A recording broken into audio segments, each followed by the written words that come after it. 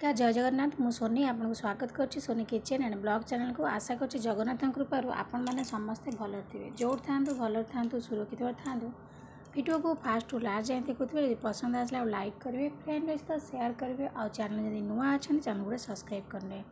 तो डेरी न कर चैनल स्टार्ट करवा आज टिप्स अच्छी आपणकर अनवांटेड हेयर को आम केमी रिमूव कर आपणकर जो गालरे चुट्टी जाक थाए निश दाढ़ी जो चुट्टी सब अच्छे झील पिला हाथ आ गोड़े जन जन चुट्टी बहुत परिमाण थाए तो ताकू आम केमी घरोई उपाय रिमूव कर तो समस्ते किसी ना कि माने व्यवहार करके चुट्टी की रिमूव करते तो आम घर जिनस व्यवहार करके चुट्टी को रिमूव करवा कि थ्रेडिंग करते मार्केट में मिलता कि जेकोसी जिनस मिलूँ भीट हो कि जेको जिनस लगे चुट्टी की उपड़ुंट तो तापर भी से चुट्टी पुणी थे उपड़ी थाए तो घर भी आम कले चुट्टी बारंबार माने उपड़ो पुणी थे उठब चुट्टी किंतु बारंबार कलापर हेयर आस्ते आस्ते रिमूव हो उठबनी। तो प्रथम जिनसटे नहीं गली देखो शैम्पू तो शैम्पू आपणकर जो आम हेयर रिमूव करवा शैम्पू कौन करना क्लीन कर पूरा परिष्कार कर से जगटा को ता सहित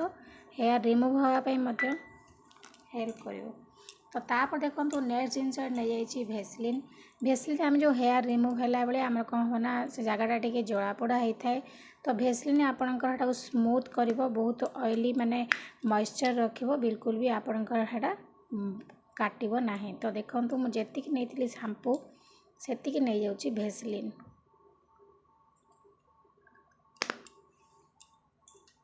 तो आकु आमे कौन करवा ना भल भाव मिसई नवा।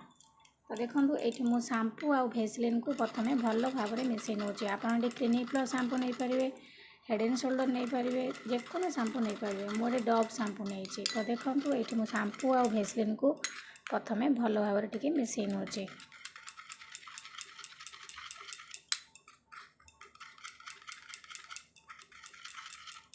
तो मिसई सारा पर आम नेक्स्ट जिनस नहीं जावा कोलगेट पेस्ट आपणकर चुट्टी मूल को दुर्बल करने हेल्प कर।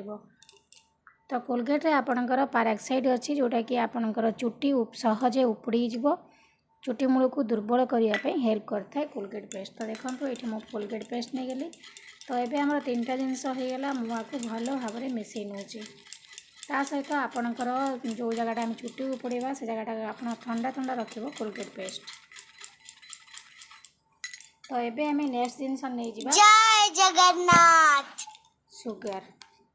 सुगर ये मुझे नौची क्या सुगरटा अठा अठा हो माने बहुत अठा हो जाए जहाँद्वारा कि आमर हेयर रिमूव होगापाई बहुत बढ़िया से काम कर। तो ये आम सुगर को यही जिनस भल भाव मिसई नवा।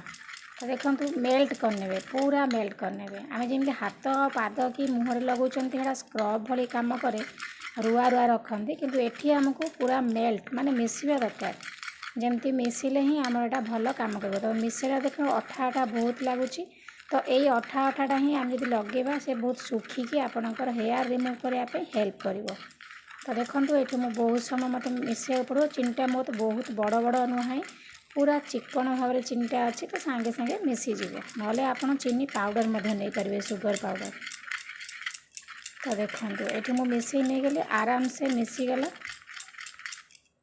तो बढ़िया से मिसी जाइए। तो तापर नहीं जावा लेमन लेंबू आपणकर साइट्रिक एसिड और विटामिन सी अच्छी लेंबू आपणकर चुट्टी को उपड़ापी हेल्प करता ता सहित आपणकर स्किन रे जमी थिबा मैला जाक बाहर करके स्किन को आपणकर ग्लो कर। तो ये आम बेसी नबानी 4 ରୁ 5 बुदा लेंबू रस नहीं जावा। तो देखो ये मु लेंबू रस नहीं गली तो आकु आम भल भाव मिसई नवा। देखो केते सुंदर भाव मिसीगला। तो एबे रेडी है आमर हेयर रिमूव करने। तो जो जगह आपणकर चुट्टी जाक अच्छी तो सही जगह आपको लगे नियंतु आस्ते आस्ते लगे कि समय छाड़देवे सुखा लगी तापर देखिए मैं आपको देखेबी आप अपोजिट साइड रू आपको माने हेयर को रिमूव करेंगे। तो देखो ये मुझे भल भाव आपको मिसई नहीं गली चीनीटा बहुत अठाड़िया अंश तो आम लगेला माने अठा अठा जेहेतु हम आम हेयरटा बढ़िया से रिमूव हम। तो ये देखो जो जगार आपणकर हेयर थी चुट्टी थी आप उपड़ाक चाहूे तो सही जगार या भल भाव में लगे नियंतु। लगे सारापर कौन करेंगे ना सुखापी छाड़देवे। सुखी सारापर ही तार अपोजिट साइड आपन ताकू रिमूव करेंगे। देखो ये मुझे लगे नहीं गली एवं आम ताकू सुखापी छाड़देवा। तो ये देखो किसी समय पर सुखीज आपन ताकू कौन करेंगे ना अपोजिट साइड यही भाव में घसीबे। तो देखिपे आपड़ किसी मात्रा रे हेयर जाक रिमूव हो जगटा भी देखो भल भाव में जो लगे थी जगह गुड़ा केते सुंदर भाव में क्लीन हो जाइए। तो यही भाव में आपड़ कौन करेंगे ना गोटे गोटे पूरा आपणकर हेयर को रिमूव करेंगे। सबू तो एका सारे हेनी तो दिने दिने आप टिके करके गोटे गोटे गोड़ हो गोटे हाथ हो जेको जगह आपणकर अनवांटेड हेयर जाक अच्छी आपको मैंने रिमूव करेंगे।